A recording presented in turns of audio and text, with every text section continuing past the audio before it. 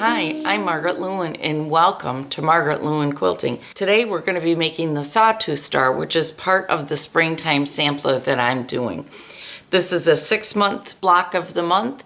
Every month we're doing 4 blocks, and the final month what we'll be doing is putting the quilt all together. I am using Robin Pickens Painted Meadow fabric for this quilt, and I'm really excited on how it's coming along. If you would like to see how I did make this, stick around and I'll give you a few tips on how to do flying geese and a couple other things as we go. So this is another one of those kind of simple blocks. The only thing that we've got that can be a little bit tricky are these blocks right here, which are also known as flying geese.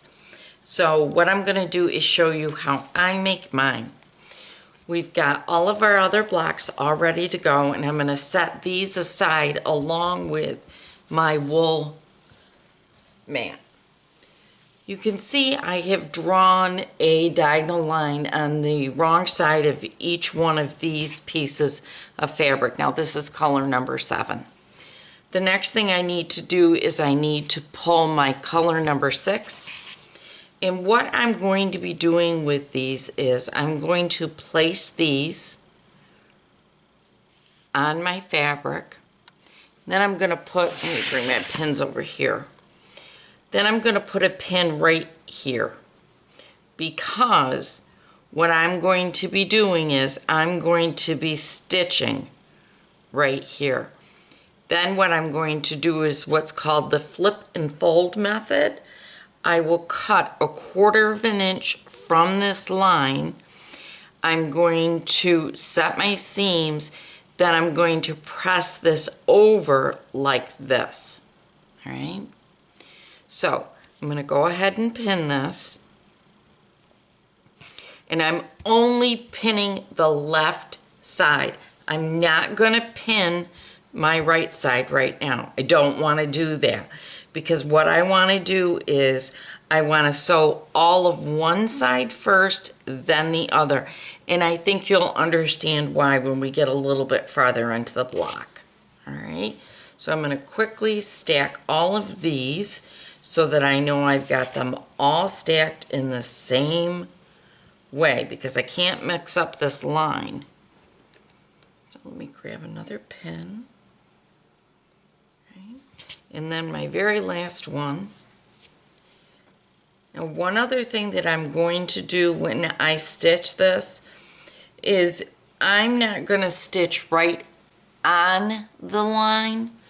I'm going to stitch right next to that line so that my needle is right on that edge of that line. And the reason for that is because when you do the flip and fold method, so I'm holding it like this.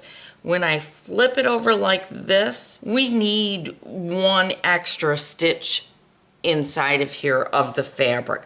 So we need not on the line, just next to the line, so that line becomes our fold. I'm going to take this over to my machine and I'm going to sew all 4 of them, one right after the other, then I'll come back. I have sewn my first 4. Let me get my pins out of here. And what I'm going to do now is I'm going to trim 1/4 of an inch from my sewn line. So let's switch things up here a little bit. I'm going to bring out my ruler, and I am using my Creative Grids ruler. This is my 9.5 inch square. And what I'm doing is I'm putting my 1/4 inch mark right on the right on my drawn line. So it is perfectly right there where I want it. And I'm going to just trim up these 4. It only takes me a second to do it. Now, if you were really ambitious, what you could do is sew these 2 together and you would have a half square triangle.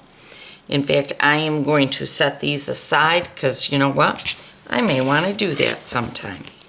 So I'm going to hang on to them just in case I decide I want to do that.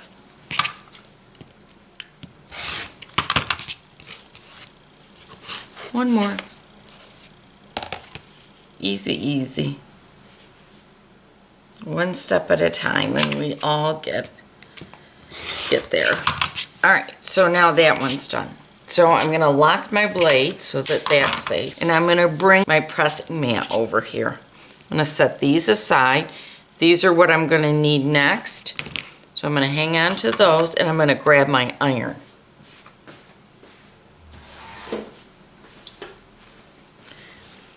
As always, the very first thing I'm gonna do is set my seam, and then I'm gonna press. And when I press, I'm gonna pick up my fabric, and I'm just going to let the fabric fall. Now there is my first one. Now let's keep going. Here comes number 2. Now number 3.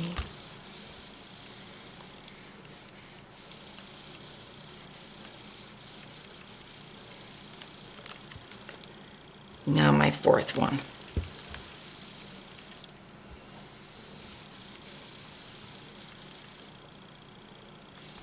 All right, now that I've done that, I'm gonna start with my coolest one, only because these are pretty hot still.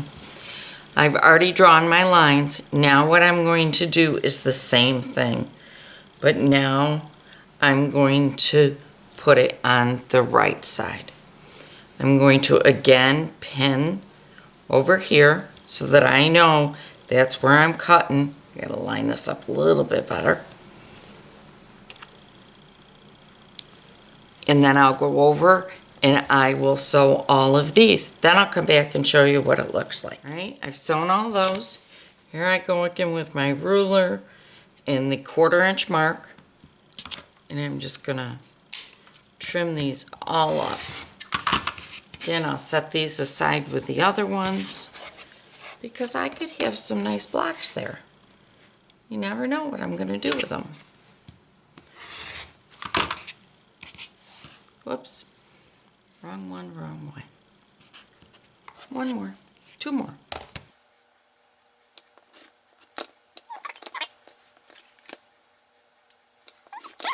So now let's get the pressing mat back out again. I'm going to lock my rotary cutter and set that aside. Let's put my pen away quick. And my scissors, because I don't need those anymore. All right, I'm going to do the same thing. I'm going to press my seam, set that, then I'm going to press open. Now, I want you to see, look at how nice that little point is. I've got a nice little 1/4 of an inch, so when I put it together, I won't lose my point. But at the same time, look at how nice that is. Now, not to brag, because I'm not perfect, but this is how I found was the easiest way to do these blocks. I found that if I tried to sew right on that line, my blocks did not come out straight. I had a horrible time. And with trial and error and just trying all different things, I found that this was my best way to do it. I sew all one side of them for the block and then the other side. I don't do them one at a time. Sew one side, then I sew the other side. So here are all of our blocks, okay? So the next thing I'm going to do is I'm going to take my ruler and I'm going to square these up, all right? I'm a big proponent of squaring everything up. And your directions will tell you what you need to square them up to. So I'm gonna lay them down. I've got my nice 1/4 of an inch here, so I wanna use that 1/4. I wanna get my, see that little point right there? That's where I want it to be. And there's not much to clean up on this. All right, so we've got a nice block. I'm gonna square these all up to the size that they're supposed to be. Now on this one, if I have to take anything off of the block, I'm going to take it from this end because I don't want to lose my 1/4 inch point up at this end. So any adjustments that need to be made on this block are going to be made on the bottom of it. You're not going to be making those on the top.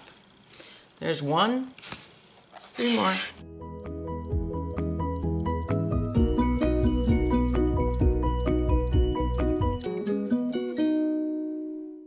And now let's get our mat back out here and let's lay this out because this is really a pretty block. Here's our centerpiece. And now what we're going to do, I need to see my picture just to make sure that I put this together right, because I have in the past put these on backwards and then you got to stop and rip it all out and start all over again. So I don't want to do that. I'm going to do my 4 corners. I tend to get off the mat on the left side, don't I?